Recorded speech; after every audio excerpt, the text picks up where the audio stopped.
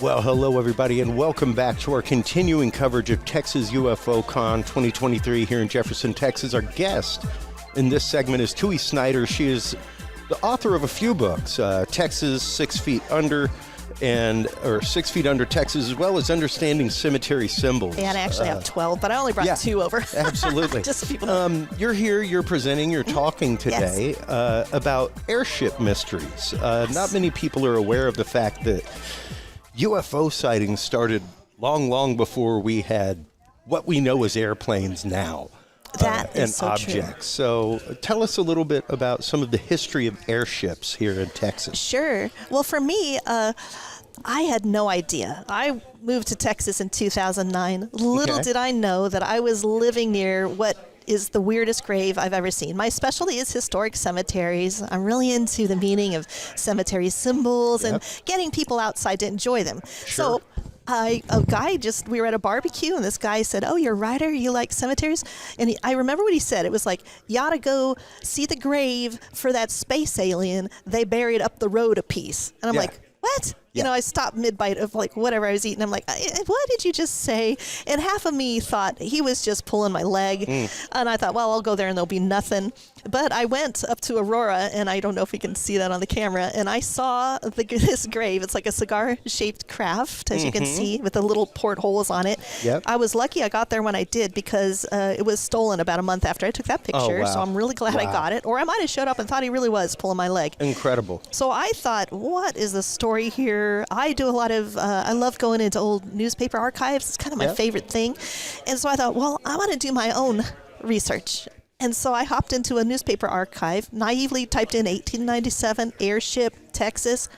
Hundreds of sightings popped up. I did not know. Within the spring of 1897, when there should have been nothing mechanical in the sky, people were seeing and describing. And one of my favorite things is their descriptions from 1897, because I love thinking, how would you describe an airplane? Well, they're so commonplace today. We know what they sound like. But back then, so some of the descriptions are like, someone they thought it was a huge swarm of bees. That makes sense. Totally. Another person thought it was a wing beating. You know, and one person got in, that I read, more than one, got into their tornado shelter when they saw something in the sky at night. They just thought, it has to be something bad. I'll just get into my tornado shelter. That's what it's for, Exactly. Yeah. So that got me, that was back in 2012. Here it is, 2023. I just, like I said, I went from thinking it was totally ridiculous to being a little obsessed on it, where it's, anytime I get access to a new archive, first thing I'm typing in, airship, 1897. What are they going to say? So I really love it. There is a remarkable history when you start going through and looking. I mean, Texas is even now, with MUFON, one of the largest sighting states in the country. We're typically number 2 or 3 in the country as far as sightings, pretty regularly.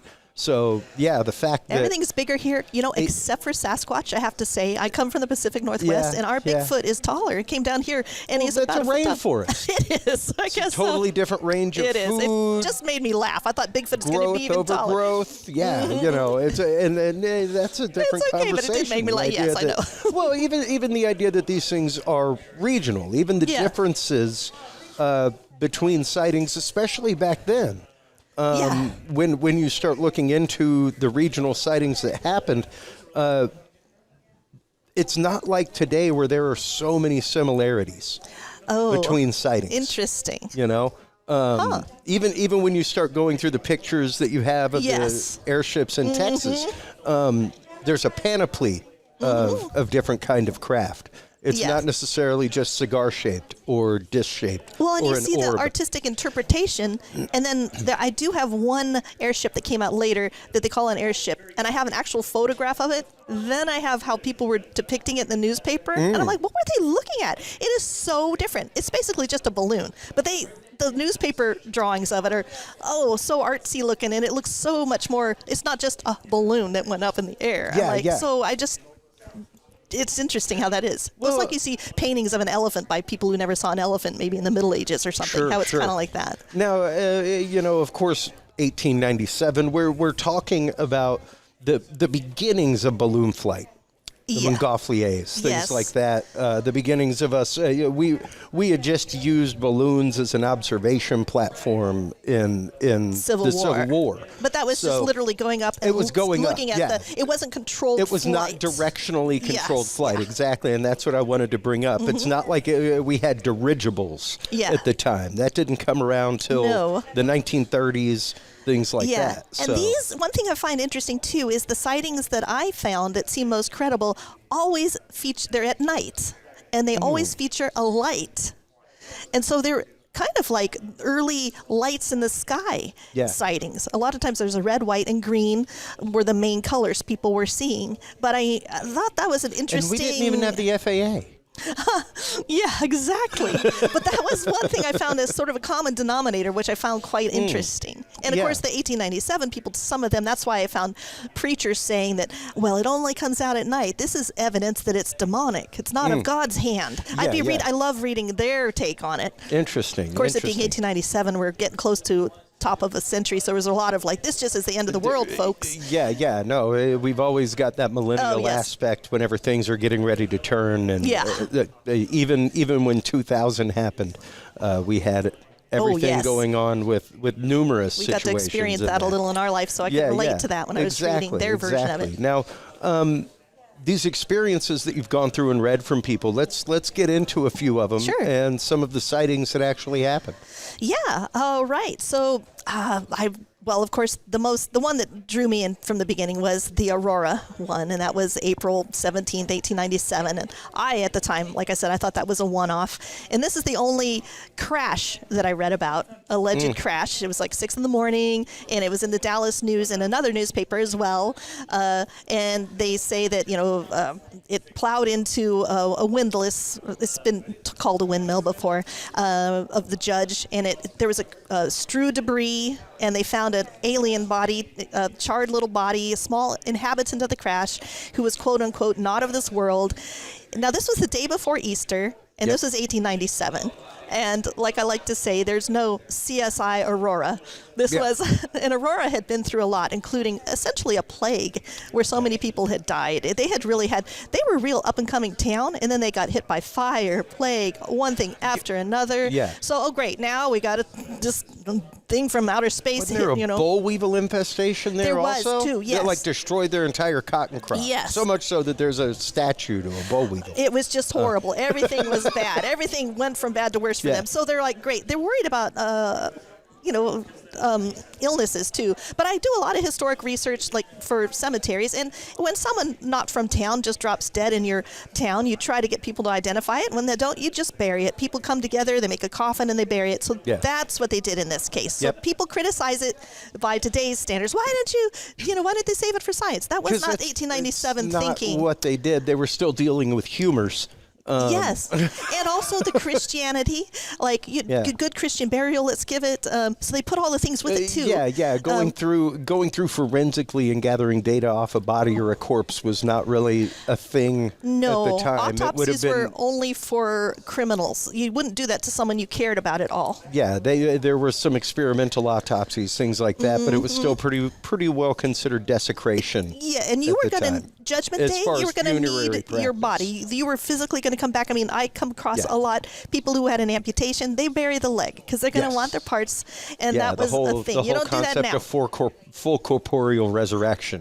So there's still some of that happening. I mean, not everybody, but but that was the thing to do. So Yeah. we can't criticize them. But that is the most well-known incident. But I came across many other all across the state. I liked one down in the Austin area where I like the ones where more than one people saw it. Oh, sure. These people were out camping, and it started raining really hard, and they were woken up by the rain and by red and green lights, and they got freaked out and broke camp. And so can you imagine seeing lights in the sky in 1897? That was a really Yeah. interesting one to me. Another one, I forget the two towns, but they were right near each other.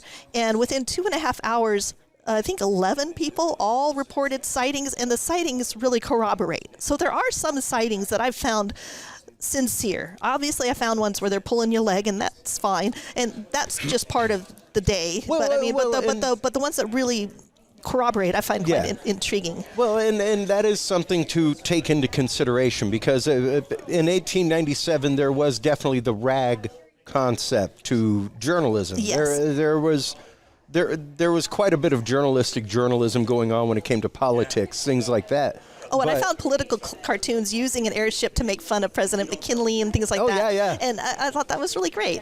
Yeah, absolutely. Because even back then, it was one of those like, okay, crazy person. Oh, yes. And there's definitely a vein of ridicule, just as there is today.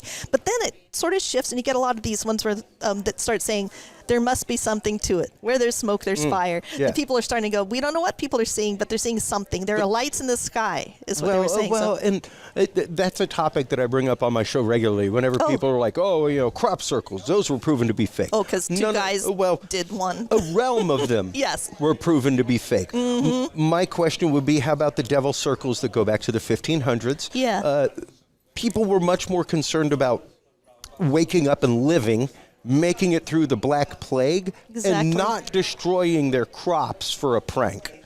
Yeah. That was the light. So they're not You didn't go out and just destroy half a field of crop that fed half a village so you could make something cool for the paper. People tend to throw the baby out with the bathwater when there is a hoax. But at the same token, there were numerous things, especially back in the 1800s, things like that were full-on American tall tales that were made to bring people to town. And yes, and also there's... However, Aurora, not really a hot spot, bustling but even between metroplexes, like we're gonna go on a cattle drive and go up north. Like you ain't passing by Aurora to do that. No. That's not exactly on the Chisholm Trail. No, things like that. Yeah, it was a little east of it, I think. Yeah. So it's one of those. It's not like it was a highly trafficked area. Railroad didn't come. I mean, that was the death knell for it. That finally sealed it. Now there's only like 400 people living there. Exactly. So it's one of those. It's not like they were trying to create verve for their town. Yeah. Much like the death of Jesse James, things like that, where like that's what that town became famous for. The people still flock there to go see the house where he was shot. Exactly. And of course, in 1897, people did expect the newspaper to run some tall tales. I mean, absolutely. It was entertainment. Exactly. Edgar Allan Poe wrote an incredible. I talk about it in my talk. He wrote numerous short stories. Of course, everyone loved it. He's a great, great writer. So he wrote one about a balloon that crossed the Atlantic and yada yada yada. And then it carries on so long, and then before long, the readership. I mean, they realize it's a joke when that has its own. Those are really long, usually really silly details. Like I found one. I didn't have time to include it in my talk, but one of my favorites was where it's a sighting. I think it's one of the only alleged daytime sightings, but they end up singing hymns with the inhabitants of the. It's just really ridiculous. I've heard of that one. That was very funny. And that is definitely something that needs to be addressed because even when you're talking about UFO investigation now, things like that, we have to be careful. We have to vet stories. We have to, and that can. Oh yeah. Yes, sometimes seem a little insulting to the experiencer, I guess. Exactly. It happens with crime. Someone fakes a crime, and then the other people who have a genuine crime. We were literally just talking about that with Martha Hazard Decker. I was going to say, did Martha maybe, since talking about crime? Because that's one of the things I bring up regularly on my show is we need to start bringing more forensic detail into investigations. We need conferences like this. We need to have one person explaining how to forensically gather evidence in the field. Yes. Things like that. Because, yes, there is a great realm of citizen science out there. However, the vetting of information is more important than anything. You know, and gathering the proper information. I feel bad sometimes because I've lived the better part of my life, Tui, either recording or editing audio and video or recording it like behind a lens. Unfortunately, I can fully explain most things I see or hear pretty rapidly by anomaly's sake. And like, here's a full-on explanation of how and why that happened. And I feel bad sometimes. I know what you mean. Sometimes people show me, I go to a ghost thing, and I kind of can tell that's a reflection or whatever, and I don't want to. They didn't ask me to do that, so I just go, oh, thanks for showing me that photo. I don't want to dismiss the experience. They're excited. And that's just it. And we have to be careful with that on two sides because, yes, it is somebody's experience, and we don't want to dismiss somebody's experience. but we also have to carefully look at the evidence presented and what we're given. Yes. You know, and it's a fine line. It's a hard line to walk as an investigator. And with the airships, I'm not out to prove anything. I just think it's cool to... You don't have to prove anything. It's there. Yeah, exactly. And I want people to get a taste for the era, too, because I think people really like the whole thing about why didn't they save them for science? Just I want people to get the mindset, because I think it's important when you do historic research, we project what we do today onto the past. Even your own life, 20 years ago, you look like, why was I so stupid 20 years ago? Yeah. Well, you were at that juncture. And you should have that same kindness toward... history in general. Precisely, yeah. I mean, most people don't realize that, like, until the Beagle sailed, we weren't really collecting things in jars. Oh, yeah, and examining them. You know, like, that's why, sure, you hear some tales about, like, this sea monster washed up. And there's a chunk of fat in formaldehyde from, like, the early 1900s. That's true, the naturalist things aboard like that. The Beagle. But it wasn't until we started studying naturalism and things like that preservations of things like that started happening. Yeah, you know, so important. Where universities started collecting samples and just things saying, like what do that. I see here? So, well, even the fact of looking at things through a historic lens, Tui, to, like you're saying, to understand the culture, what they were about, what they understood, what they believed.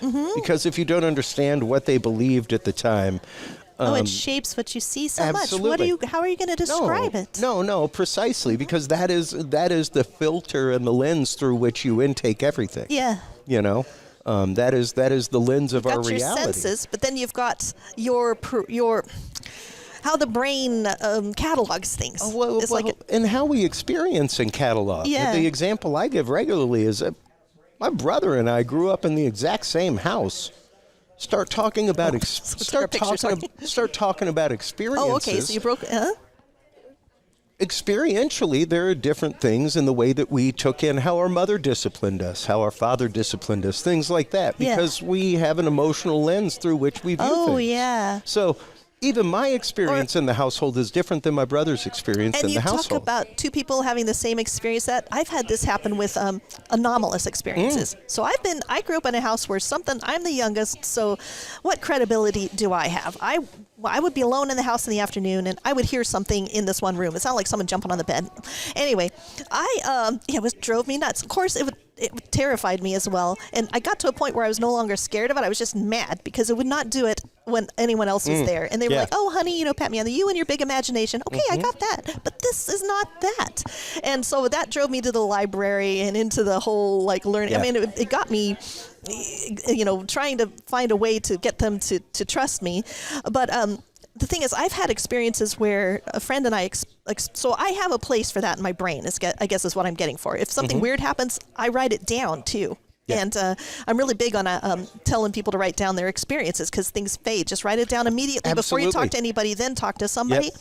So anyway, I had a really weird experience at this dental office I worked at where we were hearing our names, like a man saying our names and even feeling like his breath in our ear. And we were in two different rooms, and it was me and another woman, and we were just trying to rationalize it. I'm like, Cindy, did you call me? No, did you just call me? And this went on, and it kind of escalated. It turned out the whole dental office, this was like a period of 3 or 4 months this happened. Then it quit. I mentioned it to her, 6 months later. Oh, Cindy, wasn't that weird? I think you can see where I'm going. Yeah. No, that never happened. She didn't remember it at all to the point where I went home and dug back through my journal and I saw that, okay, I'm not losing it. This did happen, but she had no way to remember it. It didn't make sense to her. She was really scared. I was scared but fascinated. Well, and even the fact of people who both experience things, Tui, it ended at the up same being time. 6 of us numerous times, they never speak of it to each other. The prime example I give all the time is Terry Lovelace. Oh yeah, I love author his of Devil's book. Den. Amazing guy, amazing. I felt so amazing sorry for him experiencer. being torn away from the other person who. That's just it. His best friend, and when you write as an EMT, that's like writing as a cop. Yeah. Like. You go through some thick moments with your EMT ride along. Yeah, I bet. And with the guy that you're in the front cabin with. You go through something traumatic that's bonding in its own way. For them to have A, been in the military together, B, had that experience together, and then after their experience in Devil's Den State Park to just drift apart. That was sad. Well, they were because they couldn't talk to each other. They didn't know how to talk to each other about it. Yeah, that was horrible. And it's hard. Like they both experienced it. His wife, it seems, was very supportive of him, thank goodness. But Yeah. Terry's wife, the other fella, I have no idea. I think he drank himself to death, if I recall. It just seemed really tragic. And that if they could have processed that experience together. That's just it. That's just it. Being able to be there, being able to talk with people, talk to people who experience things, and understanding with that point of empathy that hey, we all experience things that don't fit. well, and not just don't fit, but that other people Yeah, like, yeah, okay. a unique emotional experience, and it's nice. Like my sister and I, it was really great because she and I can, relate to things and debrief each other. Yeah. Yeah, no, precisely. And there's that shorthand. Oh yeah. My brother and I are very much the same way. It Oh, that's takes very cool. little for us to have a conversation. Oh yeah. My sister and I are practically when we play Yeah. Pictionary or something. Yeah. It's nuts. My dad got mad at us, accused us of cheating. Yeah. Because we had drawn the same thing for Matador and like for bicycle, and it was just a line. He goes, "What on earth?" I'm like, "We just know each other so well. I Yeah. knew what she meant." Yeah, no, precisely. And the stories from the airships. What was the most remarkable one aside from Aurora? Yeah. Inside of your research into those, Tui? Oh gosh, that's a really good question. I do think I believe it was the Farmersville one where I just love the one where there were so many people seeing it and it didn't end up being like a box kite or anything else, and it could be corroborated and was seen 2.5 hours apart in two different towns, and the editors you couldn't just call someone up and arrange that. And also just some random people like the same night, 11 different people coming forth and seeing it. Because most of them are, one person reports it, another person reports. This one was, I think, down in Farmersville. I can't remember the exact date. But, 1897, obviously, in the springtime. And I think that was one that really, I was like, wow, I would like to investigate that further. I actually tried to figure out where the different people were when they saw it. I looked on, we have Google Maps and things like that. And I could see it even looked like it was kind of traveling northeast, from the sightings as well as I could get. Of course, people not always knowing what time. Yeah. It's a little harder to get, but the gist of it, that one really got me. Where I thought that would be a good one to dig into further. Yeah. But it is, I find it whole topic fascinating. No, precisely, because once again, it's an era of time where it's not like there were a lot of things in the sky that weren't natural. Yeah. And with that in mind, at what point, because 1897 was a huge rash of sightings, once again, across the United States. At what point did the airship sightings start waning off or change? Well, let's see. Yeah, they started in 1896 November in California, and there was a whole bunch. There was a lot of people who saw them, and they were in the newspaper. Even said either everybody's going crazy or something was in our skies these last few nights because we've had so many reports. Some people think it was this Charles Smith who had patented kind of an airship device in February of that year, but he never came forward and said anything. But then airship sightings pretty much proceed from the west, and they kind of work their way over to Texas, and they really start being seen in Texas in like late March, early April through about June, from what I could find. And some people even remarked they were aware of the airship, like, oh yeah, it seems like that airship that was seen in roundabout. And there's spotty sightings all over. I guess I'm getting ahead of myself here. That's okay. But it did kind of work its way from west to east, made it to Texas. It seems like the springtime was our real rash of sightings. And then that is one of the weirdest things to me is like you get to June and it's just like poof, they're gone. Yeah. And even to the point where people are like making jokes, like I guess his heavenly master made him go back to space, or what happened to the airships? I mean, people noticed it, which I find it was interesting to have an abrupt ending and have people just go, why aren't people seeing them anymore? When people really were, it seems, and then suddenly, nope. And then maybe then they were seen, after that. I haven't studied too much the rest of the country. I do read some other accounts. Sure. There's a lot of recurring thing about how there were 5 ships. Some people claimed that there was a human inventor involved. And so they said that, there's 5 of these ships. And that came up a lot, that there was allegedly 5 of them. I really don't know. But I look for common denominators. Yeah. And the name Smith came up a bit, which you think usually is an alias. But the name Smith and Wilson actually both came up quite a lot. Huh. And Wilson is actually there's a guy down in Houston, Charles Delshow, who after he was a butcher and after he retired, he spent his retirement years creating these beautiful notebooks where he would do these wonderful, colorful illustrations of airships, really whimsical. And it says Sonora Air Club. And when he died, and after he died, they languished for a while. Finally, a relative just sat them out on the curb, volumes of these journals, and luckily an art collector found them, and now they're outsider art. They sell for thousands of dollars, but there's also a running narrative through his the whimsical drawings that says that he was part of the Sonora Aero Club that did these airships, and there's a Wilson. One of them was Wilson that is one of the. But some of them of the notebooks probably got lost. But thank goodness some of them didn't. They were just going to go to the dumpster. Which really kills me because I'm always saying I would love to read a diary account. I get newspaper accounts mostly. Really, and but I would just love to find a handwritten diary like Pa saw something when he was milking the cows this morning that made him run to the air, or thought a swarm of bees was coming. You read those in the newspaper, but I would just love one from a journal. That would be. No, it would be an incredible insight into what somebody actually witnessed. Because once again, the only thing we have is entries from newspapers. That's just about it. Yes. And even those are pretty interesting. People just falling to their knees praying, or, the minute they see it, or just, what they thought.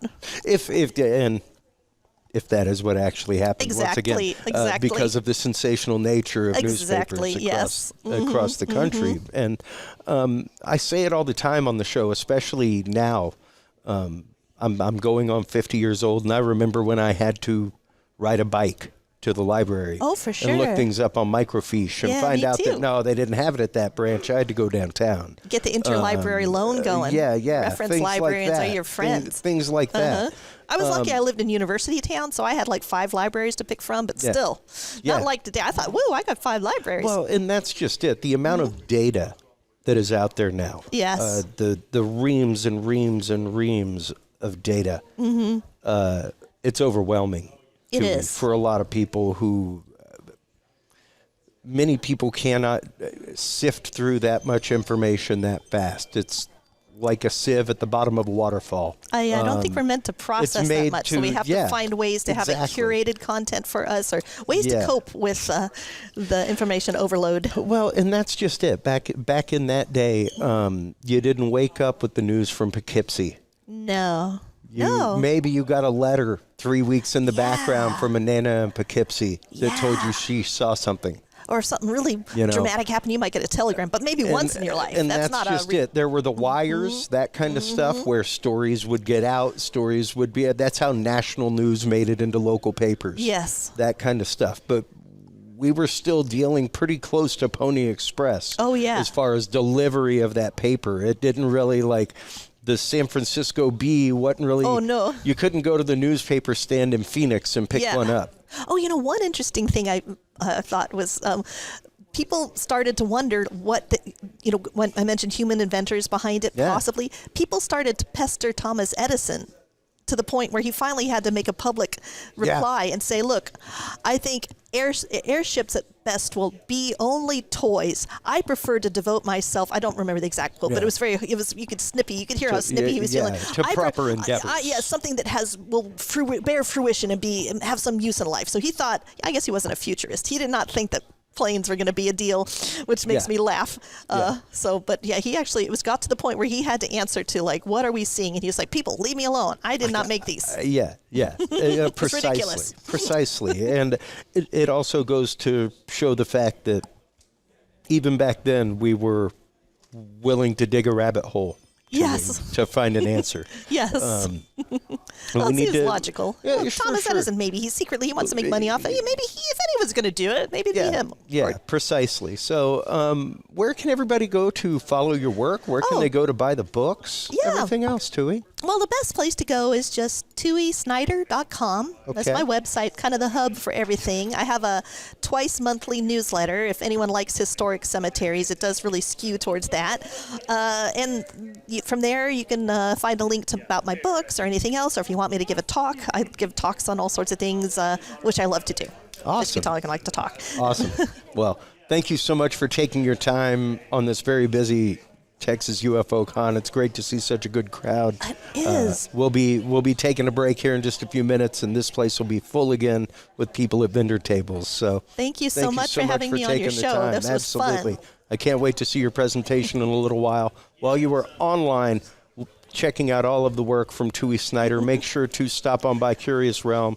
CuriousRealm.com is where you can like, subscribe, follow.